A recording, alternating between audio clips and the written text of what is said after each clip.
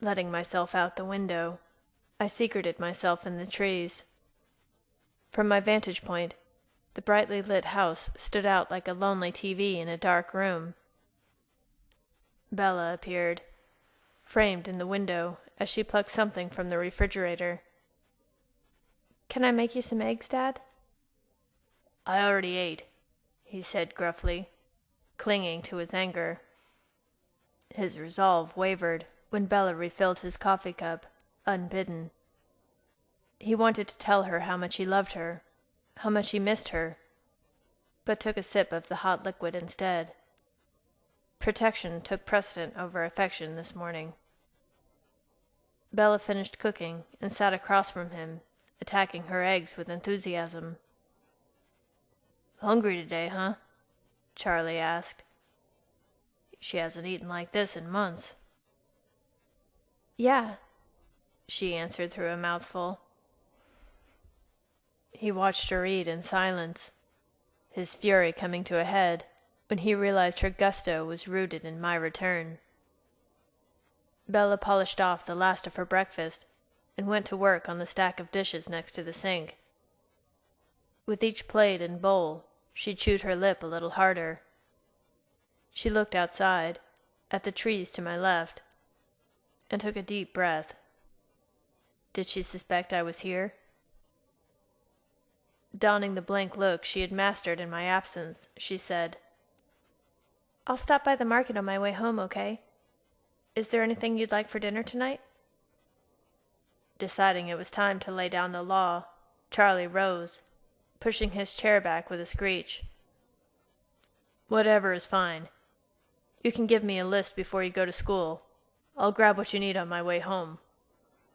He dunked his cup in the last of the soapy water. Bella rinsed the mug and searched for a towel. "We won't eat until 7 then." Charlie hadn't changed his late working ways, until now. "No, I'll be here when you get home from school." He scowled at the back of Bella's head, waiting. She faltered, nearly dropping the dish in her hands. "We could just order pizza then, and I'll go tomorrow." "Same goes for tomorrow, young lady. As of now, you're grounded. No going out, no extracurricular activities." He made a note to check his accrued vacation, figuring he might have enough to take half-days for most of the rest of the school year. Bella frowned. "What about my job? Mrs. Newton is expecting me." "Except work, nothing else. You said you should be grounded." Bella's lips turned white, but she didn't argue. "Is that it?" Hitching up his belt, Charlie tried to make himself as large as possible. "Not quite.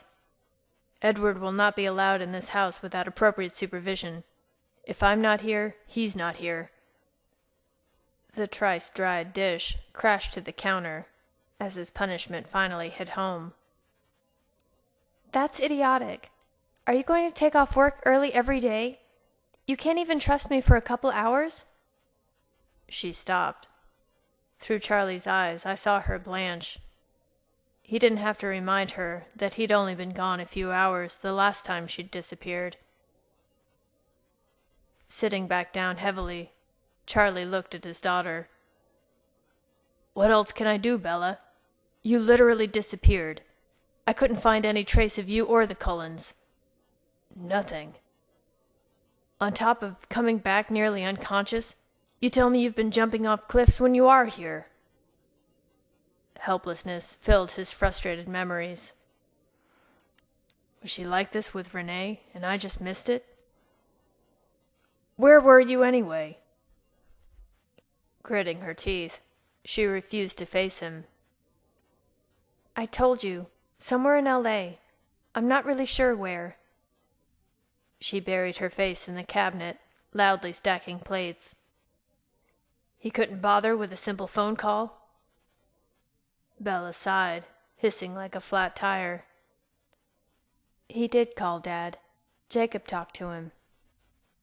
The venom in her voice was eclipsed by the I knew he was involved, howling through Charlie's head. And with one word you race to him and do what? When you came home nearly comatose, Charlie stopped, unable to articulate the conflicting feelings he experienced when he saw her limp form. Bella slumped against the counter, contrite. Sorry about that. I didn't get much sleep while I was gone. Charlie let his head drop into his hands, not wanting to know what had kept Bella awake to the point of exhaustion. She may as well have been reading his mind herself. It wasn't like that, Dad. We were talking, that's all. Her voice wavered, but Charlie didn't catch the lie. Recovering, she added, Alice was there the whole time. Alice? How could she? He pondered my sister's motives, deciding her loyalty to me was notable if misplaced. My motives, however, weren't nearly as honorable in his eyes. What is this hold he has over you? He left you alone in the forest, for God's sakes. You don't owe him anything, Bella. The curtain swayed in the breeze caused by Bella's sudden spin toward her father. He didn't want to leave. It was just as hard on him as it was on me, she nearly shouted. I'm sure, Charlie mocked. Why didn't you call him then? Make him run away from home and find you? Bella's heart raced for a long second. When she did speak, her tone was quiet, menacing. Why didn't you call Mom when she left? Charlie jumped up and slammed the chair back under the table. An older version of Bella, but only just, with a baby cradled in her arms, yelled something at him, then stormed out an imaginary door in his mind. He wanted to call, but didn't. Don't try to find me, Charlie, Renee had said. Once I'm settled, we'll talk about Bella. She deserves more than you can give her. He had had no argument, and had let his wife and daughter leave, just as Bella had let me go. When Renee had finally contacted him, he had been ready to jump in the car and go to her, had she asked. She didn't. Charlie didn't answer Bella's question, heading instead to the living room. He paused at the doorway and spoke to the carpet. Angela Weber dropped off your homework. It's by the phone. One more step out of the kitchen, he stopped again. No more rides to school, with anyone. I bought you a truck. I expect you to use it, he said, pointing at the wall, and presumably the oxidizing piece of metal parked beyond it. Dad, we carpool, that's it, Bella complained. Charlie snorted. Carpool? He has to drive past the school to get to our house. No, I don't want to hear any Edward's running late or I left my books in his car fairy tales. School, work, home. That's it, he said, leaving no room for negotiation. And with his shiny hot rod, I'll know if he shows up here when I'm not around. Give me a break, Dad. Bella looked truly fearful for once. You don't have to enlist the neighbors to spy on me. She peered out of the window again, her gaze avoiding the forest and landing on the lifeless house across the street. Charlie's threat was mostly empty. The majority of the neighbors were just as busy as he was, and the nearest neighbor, a nearsighted 80-year-old, wasn't the most observant. Bella's worries were unfounded. One last thing, Charlie said, clearing his throat. Curfew is now 9 o'clock. No exceptions. Bella stood frozen over the sink. You'll see him at school, Charlie said, thinking he'd call the office and see if he could talk Mrs. Cope into moving me out of Bella's classes. You don't need to spend every waking moment with him. The set of Bella's jaw mirrored my own. Every waking moment wasn't even close to enough. Taking her silence as compliance, Charlie checked his watch. "You've got some time before school. Why don't you get started on that homework?" Bella didn't turn around, depriving me of any insight into her thoughts. Instead, she snatched the papers from the counter and climbed the stairs silently. Once in her room, she flung the door closed, but caught it before it could slam. Mumbling something about accepting her sentence, she let it click shut. With a heavy sigh, she collapsed on her bed, the paper slipping from her hand like confetti. I was halfway across the yard when she stirred. "It's only an hour. Get a grip." I froze, expecting to see her peering down at me. The lace curtains didn't move, though, and I retreated to the trees. She wasn't talking to me. Finding my all-too-familiar perch, I continued my voyeuristic ways. Bella crouched near her bed, gathering up the papers. A faint tapping interrupted the shuffling, followed by a grunt. "Shoot." She stood, a finger in her mouth. What was she? Damn it. I hadn't told Bella I'd already retrieved her things. Again, the urge to go to her overwhelmed me. Inspecting her injured finger, Bella set the papers on the desk, right on top of the pile of trinkets I had left for her. The papers scattered again, but Bella's response was what could only be described as a squeal. "Thank you, Edward," she purred.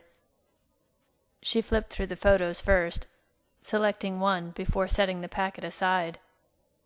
The airline tickets joined the stack with a glance, but she picked up the CD like it was a priceless artifact. Flinging open the desk drawer, Bella rummaged around, sending pens and pencils flying.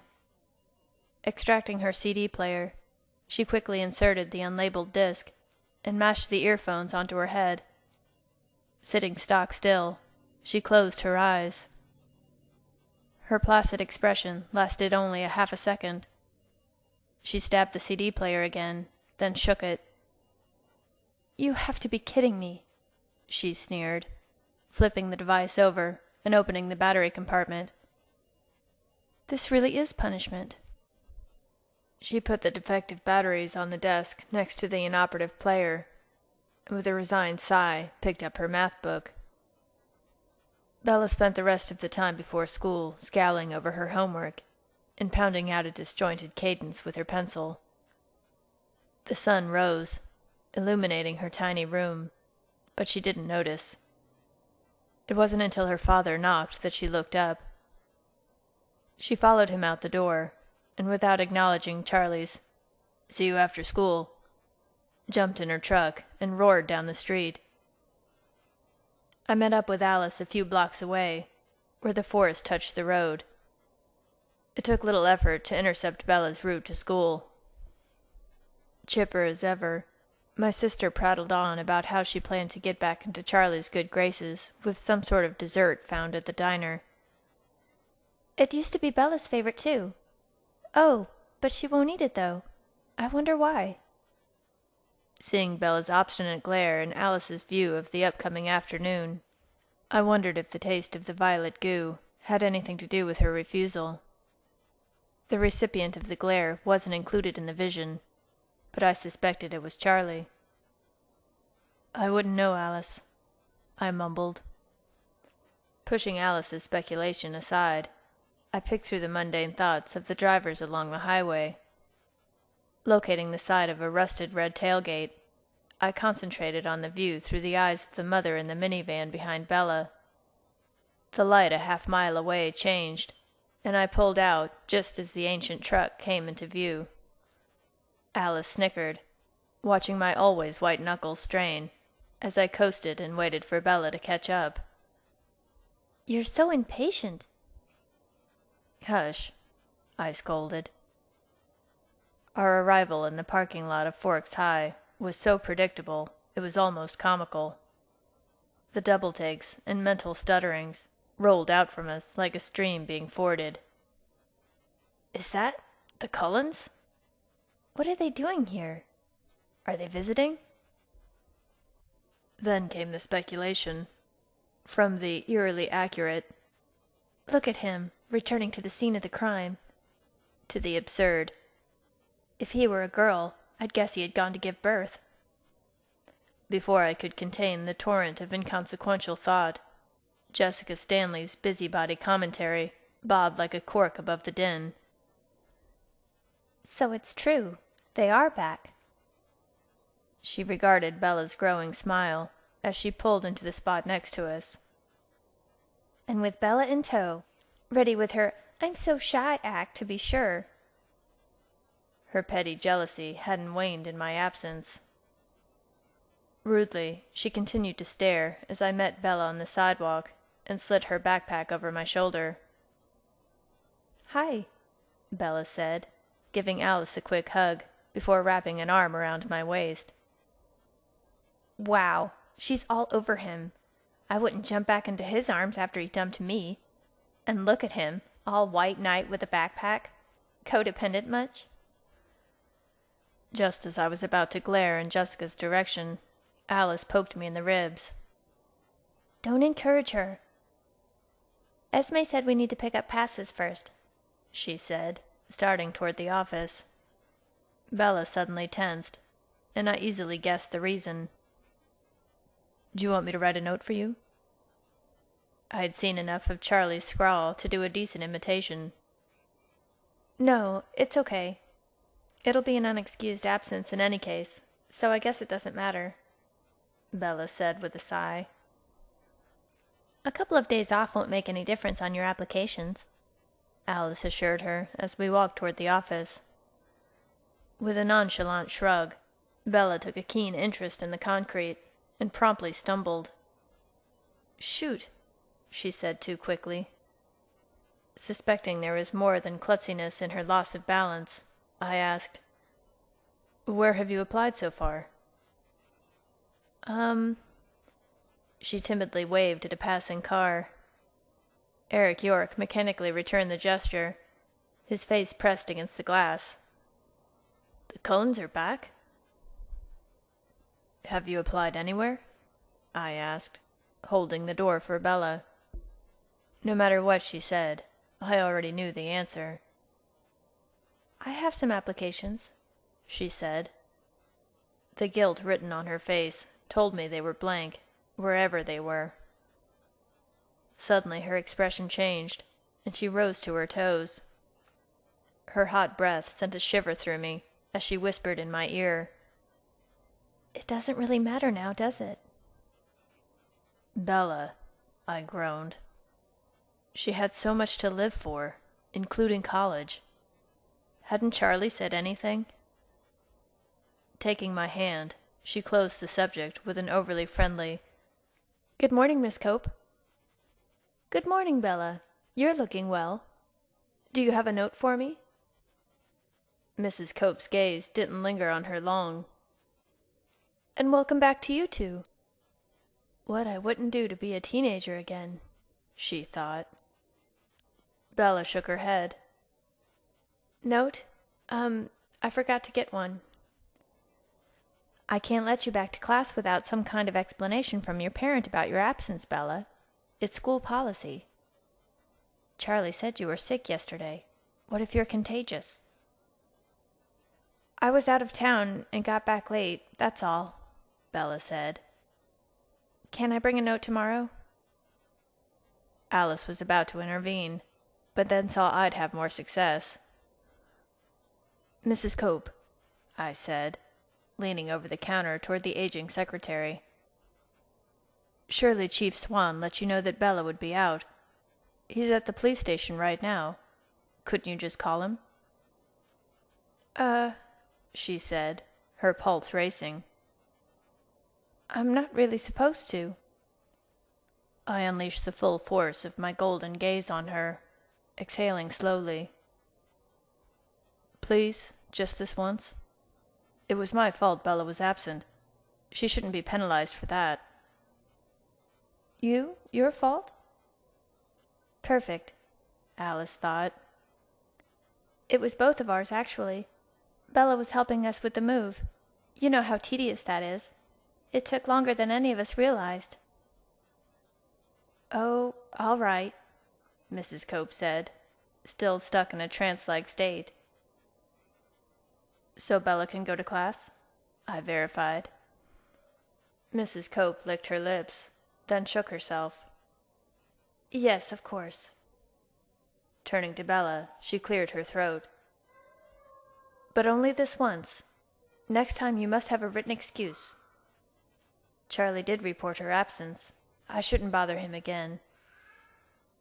"Thank you, Mrs. Cope," Bella said, hiding her grin behind her hand. "As for you two, here's your schedules."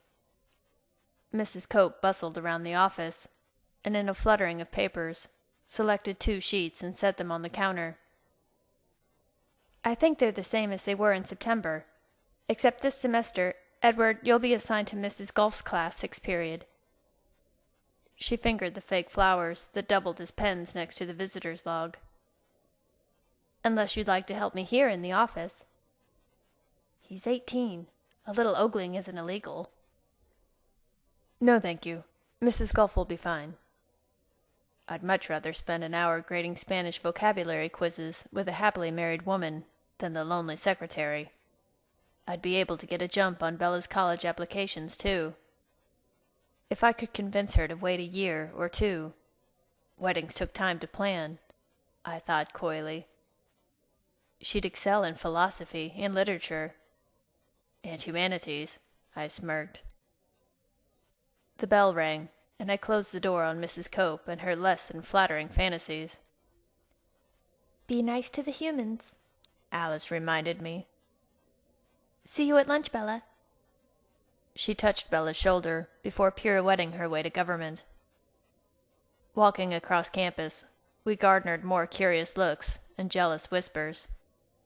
Pink-faced, Bella pressed herself against my side, drawing even more stares.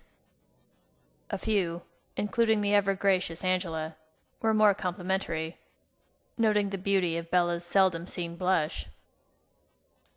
With Bella tucked securely under my arm, I easily ignored the rush of thoughts and savored her closeness. She squeezed me tighter, distracting me even further, while pressing me to walk faster. The copious attention clearly disturbed her. "You know that tomorrow will be old news," I said, trying to ease her discomfort. "I know. I just wish we could skip ahead to that point." No one spoke to us until we were standing in front of Mr. Birdie's desk, but silence eluded me. From the front of the room, "So that's why she was gone. My mom said Chief Swan ransacked Dr. Cullen's old office," came from the back. And the all-too-familiar voice of Mike Newton. "He has some nerve coming back here." His dim memories of Bella's vacant countenance cut me deeper than his animosity. "Miss Swan, Mr. Cullen, welcome back." Mr. Birdie held out 2 well-used copies of The Count of Monte Cristo.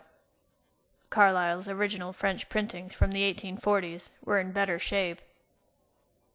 "We're only a few chapters in. You should both be able to catch up quickly." He correctly guessed that I had already read the book. "I wonder if she has." My smile interrupted his thoughts. "One of my favorites," I said.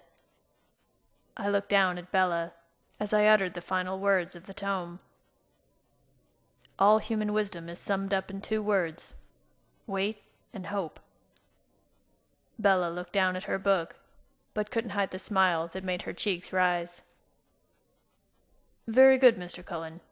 You have paperwork for me, I assume?" While Mr. Birdie scribbled his name on the slip, Bella hurried to her seat. Newton wisely didn't speak to her, focusing his limited mental energy on me. "He walks in here like nothing's changed. Arrogant son of a—" I gave him a scathing stare as I passed, and he sank as far as he could into the tiny desk, pretending to read. "I hope that guy Bella's been hanging out with teaches him a thing or 2. He could take Cullen." Jacob Black towered over Bella in his mind. This was the moment his insignificant life would have ended, had I not hunted. My fist swung in an invisible arc less than an inch from Newton's head, before I buried it in my pocket. He swatted at his ear, mistaking the whistling shockwave of my near miss as an unwanted insect. The time away had dulled my hatred of the vile Neanderthal, and the urge to put him out of my misery was almost too much to bear. I could break Newton's pencil of a neck and be in my seat before his head hit the tabletop, but that was too easy a death for him. Unfortunately, explaining why his face suddenly fell into his lap like a used banana peel in the middle of class would be complicated, if satisfying. Maybe after lunch. The next step took him out of my line of sight and beyond easy reach. Bella quirked an eyebrow and subtly shook her head. After I sat, she took my hand in hers, her motives more than just affection. But I didn't argue. I wanted nothing more than to feel her skin against mine. The class consisted of reading from the opening chapters of the book, but I barely heard the ramblings. Bella held my attention, blushing and smiling when I ran my thumb over the back of her hand, sighing as she heard Mercedes telling of her love for Edmund. One line caused her to catch her breath. "If he is dead, I shall die too," June Richardson read without feeling. "If he has forgotten you, never." I thought I had spoken too low for human hearing, but Bella's eyes found mine. "I know," she mouthed. The rest of the morning's classes followed a similar routine. Past assignments for Bella, welcomes and signatures for me. The one anomaly was calculus. When we stopped outside Mr. Vardner's class, Bella hesitated before accepting her backpack. "What is it?" I brushed the hair back from her forehead and kissed it. Jessica rounded the corner and rushed past. "Great, get a room already." Bella's jaw tightened. What should I say to her? "You don't need to worry. Jessica has no intention of speaking to you. It seems you're more popular than she is today." I couldn't resist a chuckle. "It's not funny," she scolded, but managed a tiny grin before crossing the threshold. As predicted, Jessica didn't speak a single word to Bella. She didn't even bother with hello. Few others addressed Bella either, but classwork left little time for chit-chat. Lunch was a different story, however. Alice met us at the cafeteria, as bubbly as ever. "We need to make one stop on the way to Bella's after school. It'll only take a minute." Bella did a double take. "You're coming over after school? Today?" I handed her a tray. "Of course. Charlie said I would be—" welcomed definitely wasn't the appropriate word. Admitted, if he was there, and he didn't say anything about other visitors. When Bella's mouth fell open, Alice actually laughed. "I told you I wouldn't be fair," I said with a wink. I paid for all of our food and followed Bella to the table. By the way I had seen her in people's memories throughout the morning, I expected it to be empty. To my astonishment, she set her tray down near Eric's and across from Angela Weber's. "Hi, Bella," Angela said easily. "Edward, Alice, it's good to see you again." Her welcome became a little stilted when Alice sat down next to her. In typical Angela fashion, she immediately felt guilty for what was a perfectly normal reaction. "Thanks, Angela. It's good to be back," my sister chirped. Ben put an arm around his girlfriend, but his concern was split between Angela and the girl he saw as her best friend. Exhibiting more chivalry than the rest of the school's male population combined, he worried if I was simply toying with Bella. My respect for his loyalty overshadowed any ill will his thoughts may have provoked, What is it that brings you back exactly? He asked politely. All heads at the table turned expectantly. Impressed, Alice answered. Carlyle took a position down south as a favor to a friend, on an interim basis. Esme never liked big cities, though, and when a new replacement was found, we decided to move. Since the hospital here still had an opening, we returned to Forks. Everyone was entranced by her fabrication, including Bella. I couldn't wait to get back, and contacted Bella. She volunteered to come help us finish packing, and we lost track of time. Alice picked at a brownish-gray lump on her tray. We forgot to call, and, well, things got a little blown out of proportion. Jessica choked. A little out of proportion? Chief Swan was tearing around town looking for ways to contact your dad. My mom heard that he called the FBI looking for you, Bella. He didn't call the FBI, Bella said, glancing at Alice. It was just a misunderstanding, that's all. Huh. I thought you were spending break in the push, Newton said, then turned to me. You were in L.A. That's funny, 'cause one of your orders came in after you and your family left, and we sent it to your house. It was return stamped, no forwarding address. He didn't take his eyes off me while he wondered if we were in some kind of witness protection program. No, more likely the mob, he amended.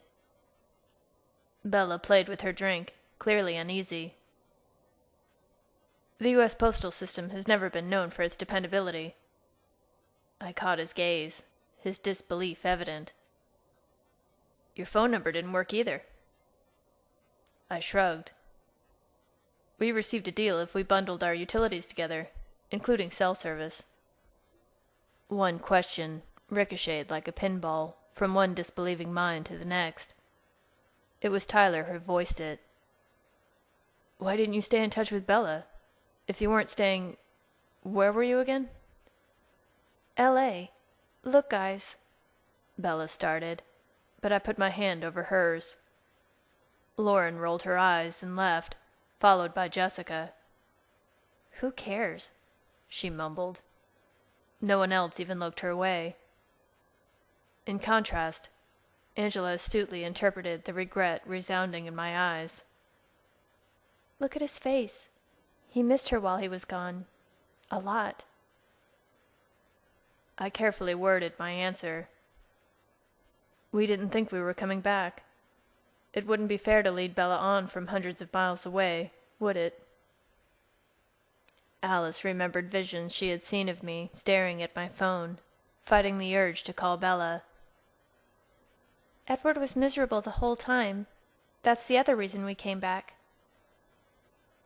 It's actually very romantic, if you think about it, Angela said with a sigh. I don't know what I'd do if I'd lost Ben. But now you're together again, right?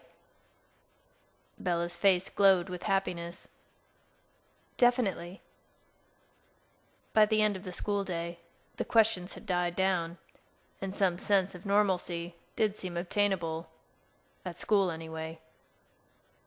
When Alice and I pulled up in front of the Swan residence, things were far from normal. He's coming over today? Charlie was already on the warpath. Dad, please. I haven't seen Edward in months. You're here, and we're just going to do homework. Charlie coughed. Alice, are you sure this is a good idea? I eyed the silver tray in her lap. She reached for the door handle. Yes, I'm sure. Charlie will love this. Grab my backpack, please. I have homework too, you know. I was about to argue when I saw Bella's face in the window. Any doubts I had vanished in her joyful smile. Verifying we were unobserved, I raced past Alice to the front door.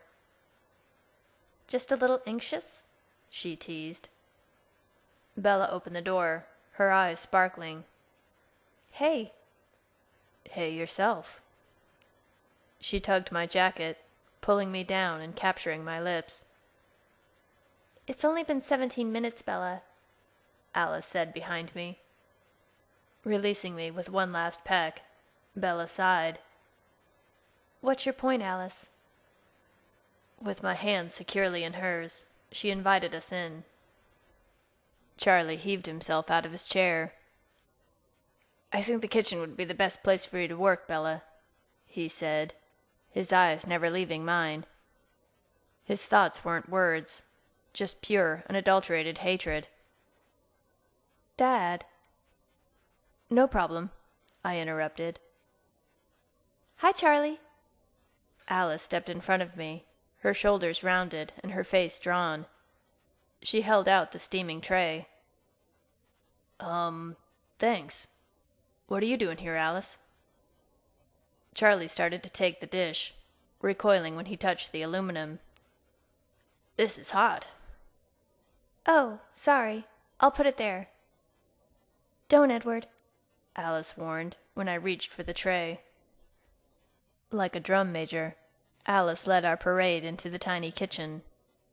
I followed Bella, and Charlie stalked behind me, wondering if I had put my sister up to this. Clearly my intervention would only be detrimental to Alice's plan to make up with Charlie. What is that? Bella asked. I held out her chair, then sat next to her at the table. Cora's blueberry cobbler. We picked it up on the way back. Alice peeled back the foil and pretended to smell the concoction. What do you think, Charlie? Taking his eyes off me, he took a deep breath, then swallowed. Smells great. What's it for? With an exaggerated exultation, Alice recovered the goo. I don't know how else to apologize. The person you should be mad at is me. I convinced Bella to leave and completely neglected to have her keep in touch with you. Just one phone call would have changed everything. Alice, Bella said, but Charlie was already shaking his head. I know you were worried about your family, he said, throwing another visual dagger in my direction. But you should have let me know what was going on. Bella mumbled something about a note, then rummaged through her backpack. I'm so sorry, Charlie. No one could have doubted Alice's sincerity. She picked up her backpack and turned toward the door. Wait, where are you going? Charlie said, surprised. Yes, stay, Alice. Bella pushed another chair out from the table. Alice paused. I know Bella's grounded. I don't want to cause any more trouble. Well, she's not allowed to go out, but I guess visitors are okay. He scowled at me. Since you're going to be here, the more the merrier. How about a serving of cobbler? Alice sat next to Bella. Mission accomplished. No, thank you. That's for you and Bella. She winked at me, knowing Charlie had no intention of offering me anything but the door. Bella? No thanks, Dad. Mom kind of ruined cobbler for me a couple of years ago when she tried to make a gluten-free, sugar-free, vegan version. She shuddered. Whatever adjustments Renee had made must have been hideous. Oh well, more for me, I guess. Bella's expression turned fierce. The anger I'd seen in Alice's vision. Charlie's refusal to acknowledge my presence was wearing thin. I took her hand and mouthed, "It's all right." Her nostrils flared, but the edge of her anger seemed to dull. She opened her Spanish book and started her homework. Charlie plopped a huge lump of cobbler into a cereal bowl, then leaned against the counter. "Thanks, Alice. This is great," he mumbled. Catching sight of Bella's hand clutching mine across the corner of the table, he had trouble swallowing. Great. 2 hours and 6 minutes later, Alice packed up her books. She had spent most of the time harassing me by sketching Bella, visualizing various hairstyles. If she ever accepts your proposal, I'll need to be ready, she explained. As talented an artist as Alice was, her drawings didn't hold a candle to Bella's messy, pencil-supported bun. Each rebellious lock of hair was an invitation to be twisted, smoothed, or played with. The strands danced around her face, teasing and tickling, until she banished them with a puff of air. Alice zipped her bag shut as Charlie reappeared at the foot of the stairs with a load of laundry. "We should probably get going," Alice announced. Bella paled. "You're leaving?" At the moment, I couldn't. I put my hand in my pocket, preparing to give Alice my keys. "No, Edward, you can't do that," Alice thought quickly. "Charlie won't let you stay here without a way to get home." Fine. I'll take Alice home, then come back after you've eaten, I said, unable to resist fingering one bit of hair behind Bella's delicate ear. Her eyes softened, but her lips turned down when she saw her father stuffing clothes into the washing machine. "I should probably get caught up on some chores and spend some time with Charlie." The same heart-wrenching shadow ate into my chest, seeing her struggle to say the next words. "I'll see you when he goes to bed, right?" she whispered. Are you sure? I touched her chin, ignoring Alice's urgings and Charlie's groan. She nodded. "I trust you. It's just a few hours. Routine, right?" "Maybe this will help," Alice said, setting a pack of batteries on the table. "Thanks," Bella said, with a hint of a laugh. "See you tomorrow, Bella."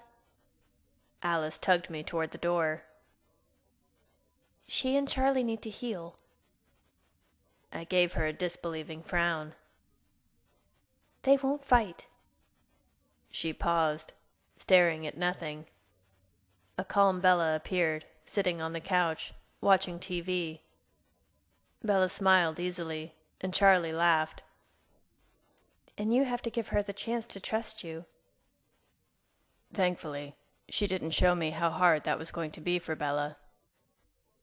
"Bye, Alice," Charlie called. His parting comment for me was silent. Good riddance. Bella rolled her eyes. "He's really serious about not speaking to you." I snorted. Don't worry, I got the message. She made a fist, and I brought it to my lips. He's entitled. It's not that bad, really. "That doesn't mean I have to like it." Bella wrapped her arms around me, enveloping me in warmth. What kind of pizza do you want, Bella? Charlie called. He doesn't give up, does he? I asked. "No. I'll see you soon." Soon. Routine. After another lingering kiss, I released Bella, waiting until she closed the door before turning around. I'd give Charlie his evening with his daughter. The rest of the night, the rest of her nights, were mine.